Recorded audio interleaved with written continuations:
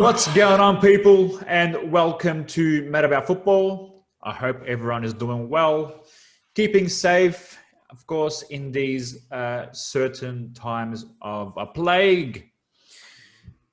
Kamal's with me as always, and my name is Bass. How's it going?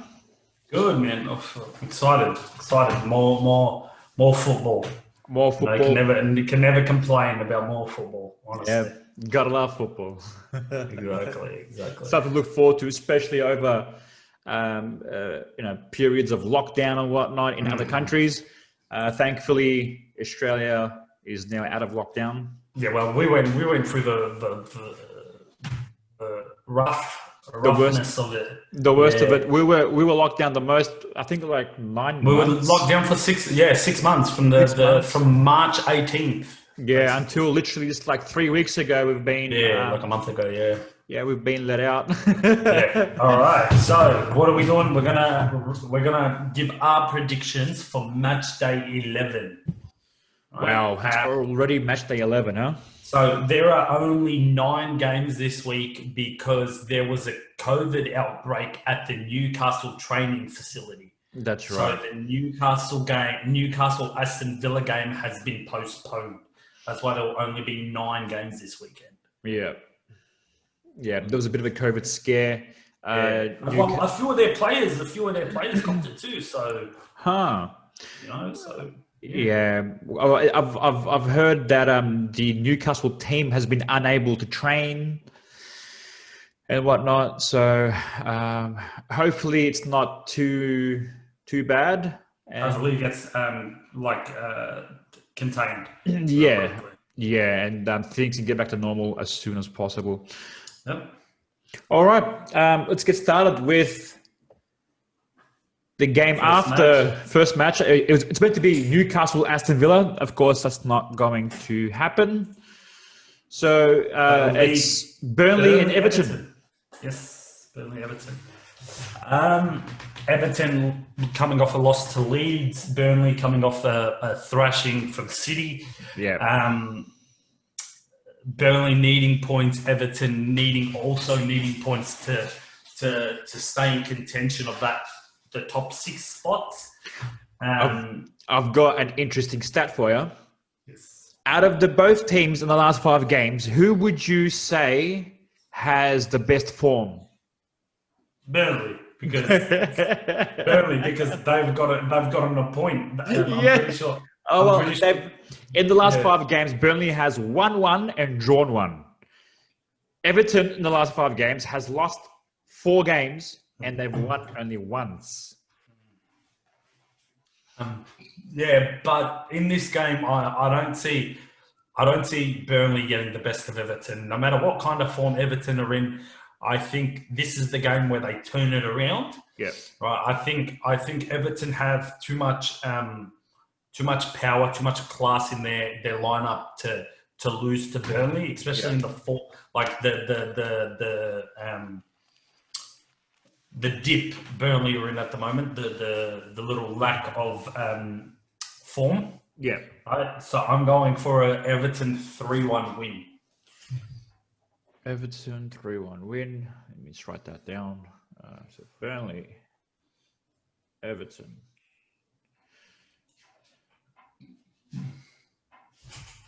Uh, 3-1. Okay, interesting. So from the last 5 games, Burnley has played Tottenham, Chelsea, Brighton, Crystal Palace, and Manchester City, and they beat Crystal Palace. I feel like all those. But they barely beat Crystal Palace, right? They barely beat Crystal Palace without their best player on the field. That's true. Right? That's true. We said that if Zaha had played, it would have most likely been a different game. Yeah, I agree. I totally agree with you there. However, Everton's losses should have been wins. They should have been wins. They should have beaten Newcastle. They should have beaten Southampton. I think they were good enough to beat Southampton, especially without Danny Ings playing. Mm-hmm. So Everton's been very, very poor. Very poor. I mean, in comparison to Burnley has played 3 or 4 teams that are in the top 5. Mm-hmm.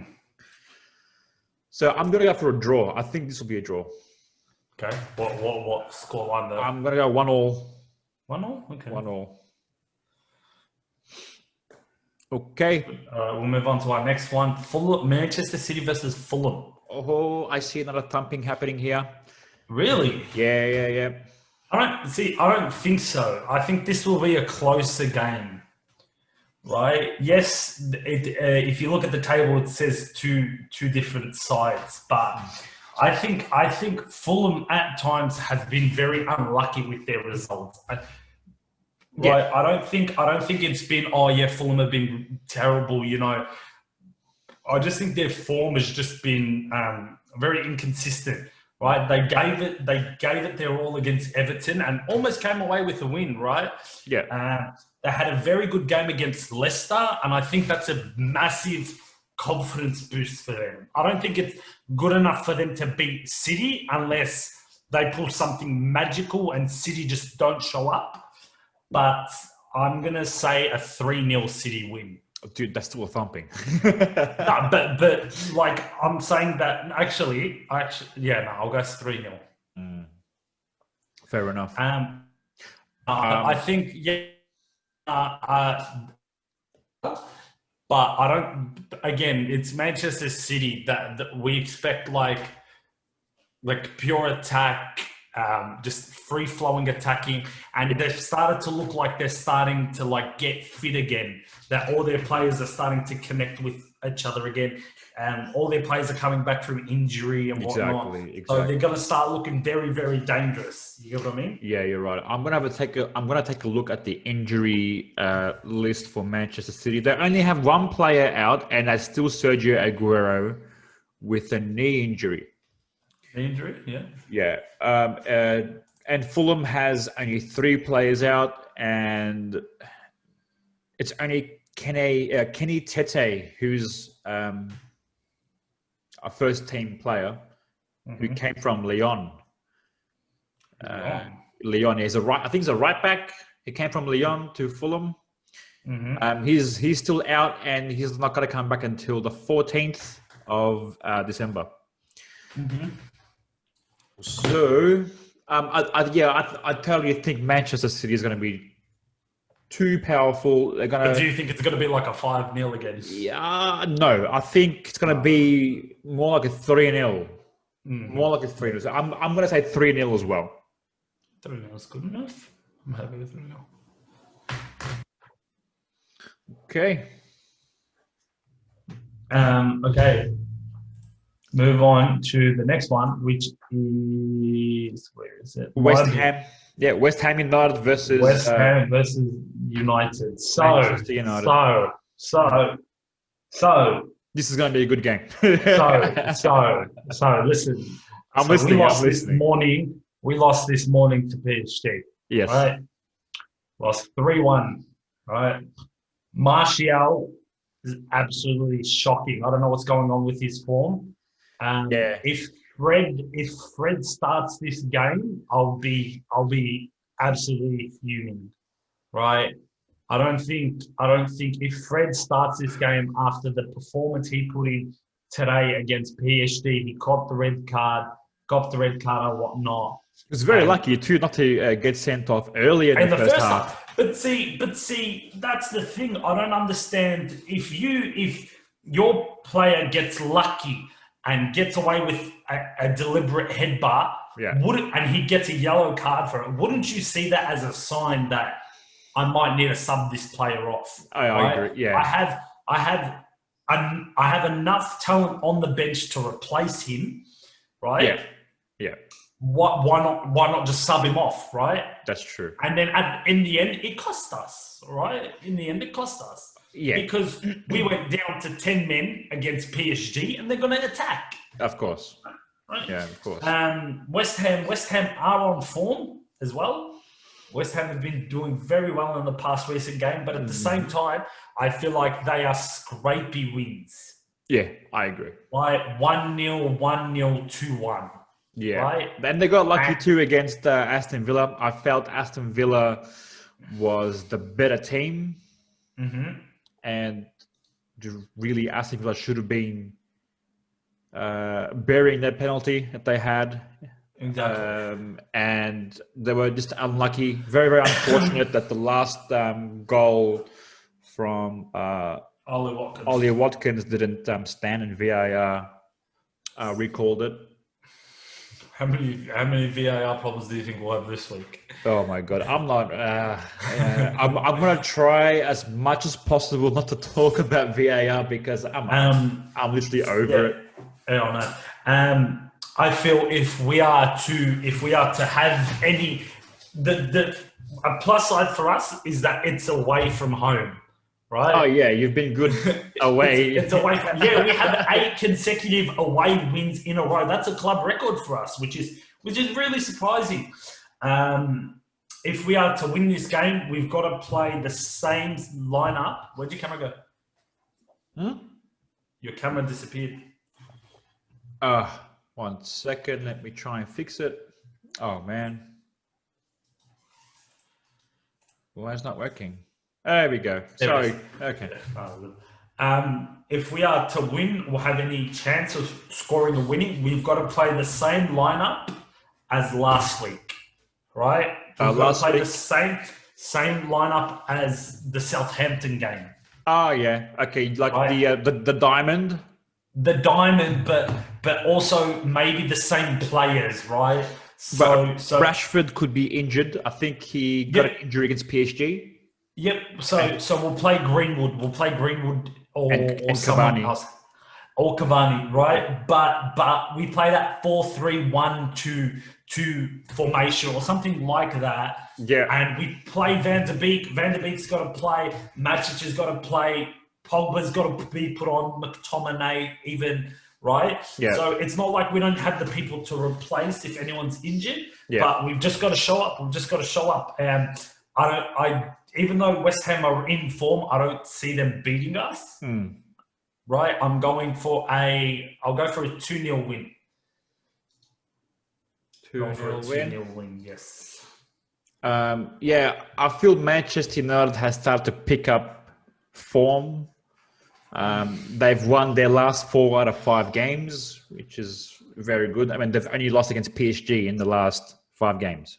And at the same time, it is PSG. They did make Champions League final last season. You get what I mean? Like, they did. Yeah, it's not that we lost against it wasn't like I don't feel the anger that I had when we lost against Istanbul, right? yeah. Right, you get what I mean? Yeah. So I understand the loss against PSG, but I'd be very angry and I'd be very irate if we had a loss against West Ham. Yeah, I understand. This is going to be a good game. I feel like Hughes might just clinch it. It's going to be 2-1, I reckon. Yeah. To Manchester United, of course. Okay. Next one, which should be a good game, Chelsea versus Leeds. Chelsea, Leeds. Oh, yes. Yes. Right. Giroud coming for a big game for Chelsea this morning against Sevilla. Yeah. 4-0, scored 4 goals. He done very well. Yeah. He done very well. Leeds, they beat Everton last week. Chelsea coming off a draw against Spurs, which most likely they should have beaten Spurs. This will be a very, I think, end-to-end attacking game. Honestly, I think this will show where Chelsea's defense is. If Leeds show up, I think this will show where Chelsea's defense is because this is a very attacking Leeds team, right? Yeah, and it'll be exciting to see how Lampard plays. Yeah. Does he play very defensive or does he play attacking? Yeah, it'd be interesting how he's set up and how he will how he's going to counter Leeds' attack. Yes, I agree. So it'll be exciting to see. It'll be exciting to see how they play. And what are you predicting? I'm going for a 2-2 draw because I don't see a winner because either team could pull the win. Right? It could be very dominating or it could be end to end. So I'm Okay. going for a 2-2 draw. Okay. Let me have a look. I'm going Watch the to injuries. have a look. No, not the injuries. I'm just having a look at their form, and like Chelsea hasn't lost a game yet in the last 5 games. Yeah, but They you also haven't. realize that they've dropped against like lower team, like they've only Yeah. played lower teams. That's true. They play like Sheffield United, Newcastle United. Who else was it? Burnley. Chelsea have no injured players, but Leeds. Leeds do. So Adam Forshaw with a hip injury, Diego Llorente, a groin injury, he's doubtful. Pablo Hernandez. Right. Oh, Jack Harrison's got. Oh, now Jack Harrison should be back. Yeah, he's doubtful. And Yeah. Jamie Shackleton? What is his name? Shackleton. Yeah. Shackleton, Yeah. muscle injury doubtful, and Pablo Hernandez, he's doubtful. Which most Yeah. likely, if they don't start, they'll most likely be on the bench.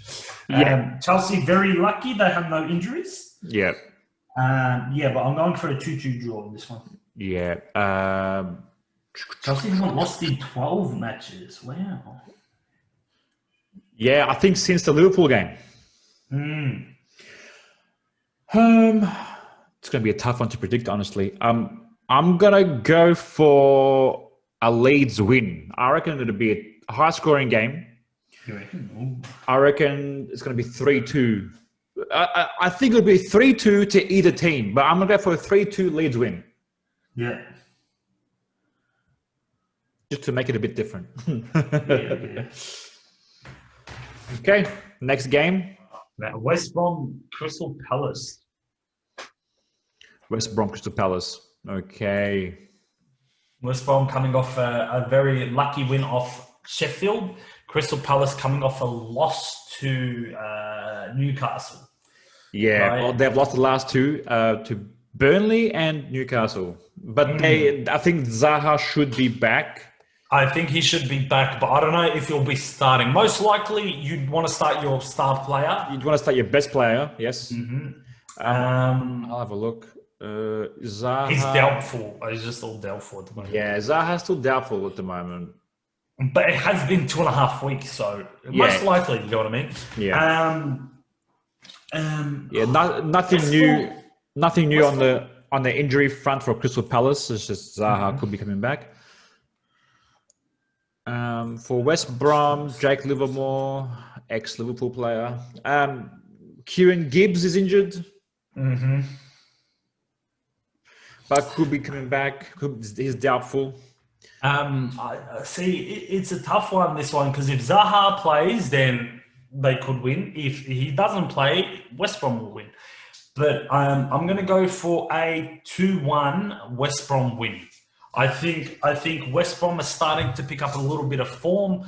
They're starting to play together very wellly, and I think they'll just come out on top of Crystal Palace. I think even if Zaha plays, I think he'll have a little bit of rust in him because he hasn't played in that 3 weeks, right? He hasn't been able to train or whatnot. Yeah. So, you can't expect him to start a game and then give it all 100%, right? He's going to be tired. He's going to be a little bit slow, right? So I think West Brom will win this 2-1. Wow. Okay. Watching West Brom last week did not impress me at all, even though they did beat Sheffield United. They did get lucky against Sheffield, yes. But Sheffield could have easily won that game 3-1 if they had finished. If they had proper finishes on that team. So I'm going to go for a Crystal Palace win. I think Crystal Palace will be too strong. In every department, Crystal Palace looks like they're a much stronger team. Yep. So I'm going to go for a Crystal Palace win, 2-0. Yep. Okay. Okay, on to the next game. Which is Sheffield United versus Leicester City. Ooh. Okay. Leicester coming off a very big upset loss against Fulham. Yep. Sheffield losing to the team we were just talking about, West Brom. Yeah. Sheffield need a result. They honestly need a result. Even 1 point is good enough for them at the moment, right? Yeah. Anything is a good result for them at the moment. But I think Leicester will be looking to bounce back. Definitely.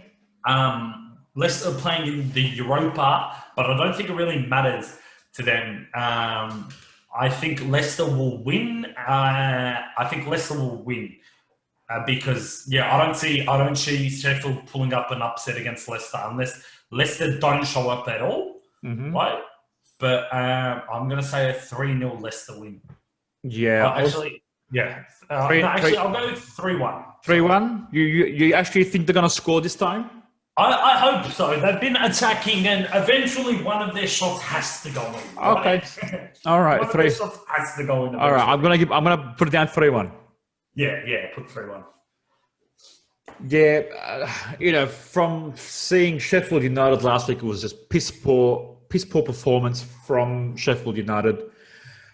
With so many chances and so many shots for a Premier League team, you have to put them away. There is no excuse. There's no excuse that I can give them. It was just. And I just remembered. Sorry to cut you off. That in the 10 games that the Premier League's played so far. Yeah. Right. There's been 10 match weeks. Sheffield have only scored 4 goals. 4 goals. There you go. Hopefully, on when they play, they score the 5th. Have they scored more than Arsenal? No, Arsenal. I don't know. It'd be good to. No, I don't think so. No. 4 Arsenal have scored 10. Arsenal scored 10, have they? Yes, they've scored 10. They've conceded 12. Oh, okay, fair enough. Oh, okay. Which is surprising because the lowest team with the least conceded goals is Tottenham, which is surprising. Yeah, Tottenham has been playing very well, especially they've strengthened the defense. I mean, they didn't really strengthen in terms of transfers, which I thought that was the weakest department coming into the season. But Mourinho's tactics is a bit defensive as it is, and it seems to be working well for him at the moment. Coming back to the Sheffield United game, I'm going to go for a Leicester win, of course. I think it's going to be a thrashing from Leicester. I reckon it'll be 3-0. I'm going 3-0. 3-0 is good. Vardy's going to give him a headache. Oh, hey, wow. What happened? No, I'm just looking at something. Okay. Okay, we'll move on to the next game, which is our match about mad about football game of the week, which is the North London derby, Tottenham versus Arsenal at Tottenham, right? Whatever the name is. It's not White Hart Lane. White Hart Lane anymore. It's Tottenham Stadium. Yeah, Tottenham Stadium. And I was saying wow to Harry Kane out injured. A few days. He might not play the Europa. He'll be rested most likely, and then he'll play the Arsenal game. He's doubtful. They've got a lot of doubtful players such as Reguilon, Harry Kane, and Alderweireld. David Luiz, Thomas Partey still out injured. Thomas Partey and Nicolas Pepe still with that red card, serving that red match 3-day match ban. Yeah. This is a tale of two club teams at the moment, right? One team playing very attacking, high-end, nice football. The other team struggling to score goals, sitting very defensive, poor performances, right? Yeah. It'll be just like the Chelsea game. It'll be exciting to see how Mourinho plays this. Does he play like the way he's played against City and Chelsea? Does he set up a defense and try to hit on the counter attack because Arsenal are very defensive, or does he go at Arsenal, which we'll see, right? For me, Arteta has to pick his best squad. I feel like this will be a very important game for Arteta, especially a North London derby. Arsenal fans aren't really backing him. They're starting to turn. Like there's chatters of people starting to turn against Arteta. Yeah. I think if Spurs win, and they win like proper, like they pump Arsenal, Yeah. I think there'll be a lot of pressure starting to mount on Arteta, right? Yeah, I feel the same too. I feel the fans have, the fans are right now divided. Some of them still trust in the process and whatnot. They want to give Arteta a bit more time, maybe a few more transfers, a few more transfer windows. And then you got others who are saying that hasn't been good enough. He's not experienced enough to manage a big club such as Arsenal. Which I kind of agree. You get what I mean? I understand. Yeah. Like you can't go from, in my opinion, you can't go from Pep Guardiola's right hand man to managing Arsenal. Like Arsenal are one of the biggest clubs in the world. You know, when you go there, they expect titles, they expect winning, they expect attacking, flowing football, right? Yeah. So for Arteta to just go in there straight away, first managerial job, obviously he's going to make mistakes. Yeah, he's learning. He's learning on the job. He's learning as he goes. But I don't think Arsenal is a club where he should be learning his first time, right? Yeah, I agree. Right. I think he should have gone to like a championship team or maybe even a lower Premier League team either as well. Right. But I think he's been caught out. Right. So when he first started managing, you know, there was a big change. You could see the momentum going, but then, you know, it's like the train had crashed. Yeah. And especially now he's trying to change up his tactics in a way where I think he's being influenced to play 4 at the back instead of the 3 at the back. And see, they don't have the talent to play 3 in the back either, though. That's the thing.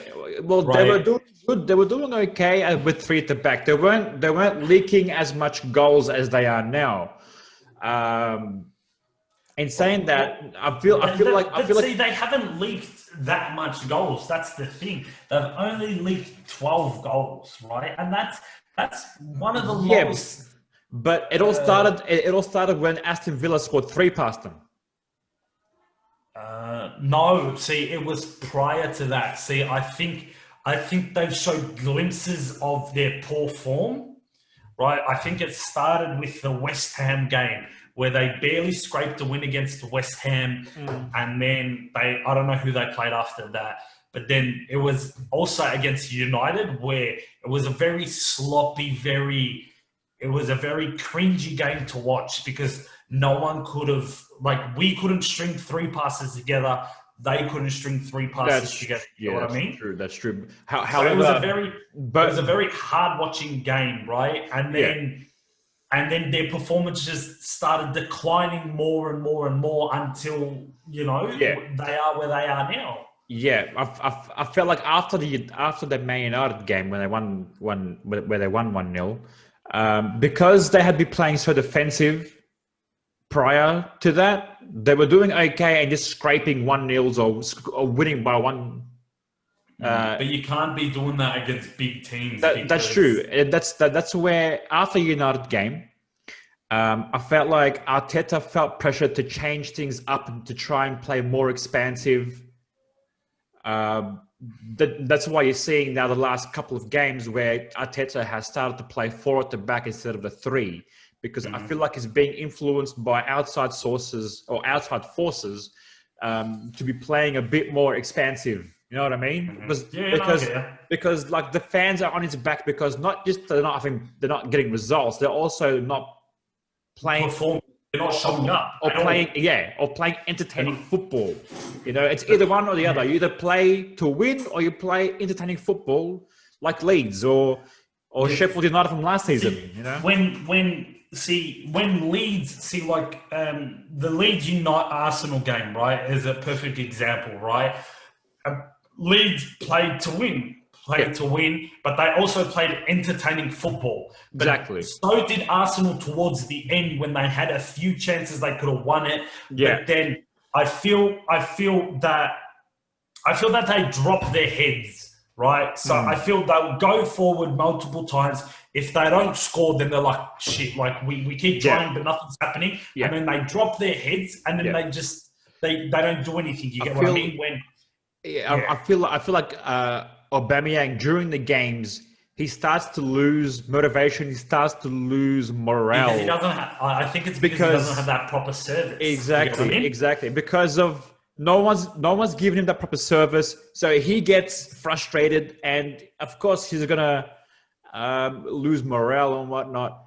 Because he can only do so much by himself. Yeah, I've always thought that Arsenal should have sold Aubameyang and they should have sold Lacazette, cashed in on them, and start to. Well, they would have got good money from Aubameyang. Maybe not Lacazette. Definitely, good money from Aubameyang. You know, start of the season you had Barcelona sniffing around. They were planning on opening a bid for.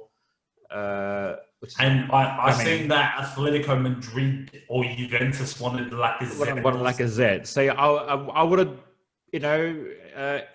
entertained the idea of selling these two players. Listen to offers. Exactly. Especially with Lacazette, who hasn't been performing at all. You know what I mean? Exactly. Especially in the position that they want him to play.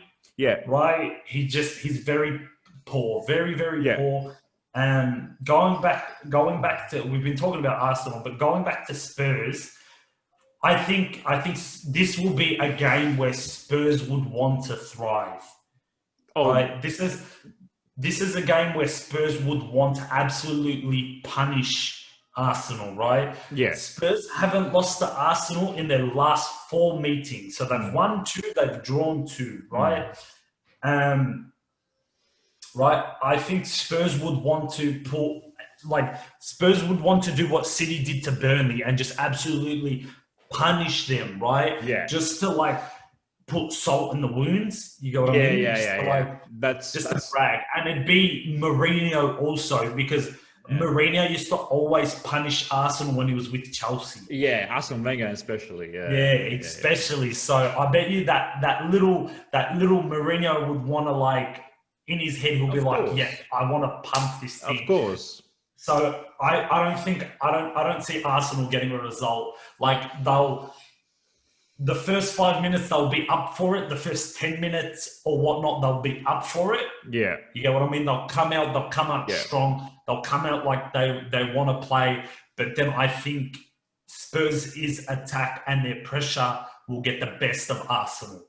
Yeah. Right? Because I don't think Arteta will set up his midfield and his attack to cope with Spurs. Yeah, I have to agree with you there. I think, knowing Mourinho, I think with this game as well, I think he's going to try and set up defensively for the first half and just attacking and just try and tire out Arsenal. And then after the first goal goes in, that's it. Arsenal's going to lose their heads or just... Yeah, if Spurs get the first goal, then Arsenal will be like, okay, we can't come back from this. It's game over. Yeah. Yeah, so I'm going for a Spurs 3-1 win. 3-1 win. 3-1 win. I'm going to say it's going to be a 1-0 Tottenham win. Really? Oh. Yeah, I can't really see it to be more than 1-0, to be honest. Okay. Because Arsenal, I think Arteta will revert back to his 3 at the back system, and it'll be, a bit hard. It's going to make it a bit harder for Tottenham to score. Yeah. Okay, next game is Liverpool versus Wolverhampton Wanderers. Jota reuniting against his old club, right? I think when he scores, he's not going to celebrate. Oh wow! Alisson's out injured, huh? Yeah. Well, done his hammy again. Yeah. And if you had watched the Champions League game against Ajax, you had that young kid. We had the young kid, Kelleher. And he get the clean sheet. Yeah, He which did. was really good. He was man of the match.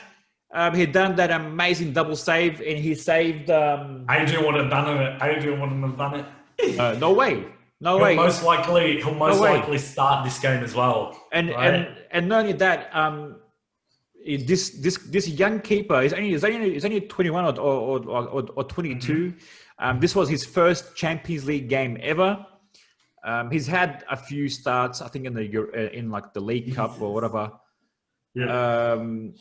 But like from what I've seen, he's 2-footed, left-footed, and left-footed, right-footed, and his distribution is fantastic, and also he's like a little Allison, where he saves the defense by coming out of the line, by rushing out. He is Klopp's sweeper keeper. He's beautiful, he like plays, a Manuel Neuer. Yeah, he plays Klopp's style of Beautiful. of That's football. what you need. But do you think he'll start against Wolves? Yeah, well, if Allison's injured, if I was Klopp, I wouldn't trust Adrian. After that Aston Villa game, he should be sold. Honestly, But you can't completely blame the Villa game on him. Yes, Adrian cost some goals, but it wasn't his fault. The Villa the game. first goal that happened was his fault. Yeah, no. You know what I mean? And I'm looking at the injury list, and Wolves' best player, Raul Jimenez. Again, we hope he's okay because he fractured his skull against Arsenal. David He'll Luiz. be out until mid-January, right? Wow. So he's out, right? Who's been arguably their best player, right? Yeah, him and Neto this season have been on fire. Chamberlain out, Allison out, Milner out, Gomez out, Naby Keita out, Thiago out, Alexander Arnold out, Van Dijk out, and Janan Shaqiri out. Right? Hey, Gomez as well. Yeah, no, I said Gomez. Right? So it's like 2 steps forward, cool, Henderson's back, but then 1 step back, Allison, Milner out. Yeah, right? boom, boom. So it's like, okay, cool, we'll give you Henderson, but we'll take these 2 players instead. Yeah. Right? Right, I think this will be a very testy game for you guys, because if you play the way you played against Brighton, Wolves will punish you. Yeah, I see that Wolves too. will punish you. The thing that you have in your corner is it's at Anfield. Yeah, and So also you haven't lost 58 games at Anfield. Right? yeah, exactly. We haven't lost yet at Anfield in almost 3 seasons. Yeah, 3 seasons, 58 games is crazy, man. Massive. Mm-hmm. Look, what Wolves definitely have the quality and the potential to, get something out of this game. However, I do think Liverpool will win, just because they also have players out. They got Jimenez out, who's been there. But that's it. They've got Johnny, who's out, who's done his ACL, and they've got someone else out. And Johnny's also an important defender for him as well. But they also do have Connor Cody back. Oh yeah, former Connor Liverpool Cody, player. he did play against Arsenal as well. So Connor Cody is back, which is a very big boost for the defense. Yeah. Right. We'll see if Klopp plays Nico Williams again, if he trusts him. I think he has to, because it's the only right back he has. Milner's out, Trent is out. Klopp's got no choice but to play Williams. But Williams did well against Ajax. He's learned from his mistakes against Brighton, and I feel like he performed good enough. He done okay. So what are you going to predict? What's your goal scoreline? I reckon it's going to be a Liverpool win. I think we'll win 2-1. I don't see. I'm leaning towards Liverpool, but only because it's at Anfield. Yeah. Right. Yeah. It's at Anfield. Yes, your attack is still there, but your only attack is only as good as your defense, and your defense is very, very shaky at the moment. I'm saying a win because I'm confident of Henderson's impact on the game. Mm-hmm. Because of Henderson coming back, I feel like he's going to drive the team. He's going to, when he came on against Brighton, he changed the game. Huge change. Exactly. But I don't think it'll be enough. I'm going for a 1-1 draw. Okay. Going for a draw. I don't think you'll lose, but I don't think you'll win, which will also open the door for Spurs to give a gap in That's between true. you lot. That's true. Right? Not just Spurs, but also Chelsea can go ahead of us too if they get a win against Leeds. Yeah. All right, we've got to move on to the next one, which is our final game, which is Brighton Southampton. Oh yes, I like Brighton and I like Southampton. These two teams have been playing very good football. Southampton in the better form. Not really, no. No. Not really. Out of their last 5 game, 1, 2, 3, 4. They've drawn one and lost one. Oh no, yes, no. They're Sorry, like Southampton have won 3, drawn 1, lost 1. Brighton have drawn 1, drawn, lost, draw. Right. Brighton's drawn 3, lost 1, and they've won 1 against Aston Villa. I think it was. Yes. Which was last week, right? Before the Liverpool game. Both teams here have been playing very good football, very, very attacking. I like the way Southampton plays. Yes. And plus, Hassan Hutul looks a bit like Klopp. Yeah. So Southampton's kind of been my second team so far this season, and I'm loving that they're in like the top 7 now or top 6. I can't remember where they are. They're 6. They're 6. I'm loving it. I'm loving it. Yes. I think Danny Ings will be back for him. Will he?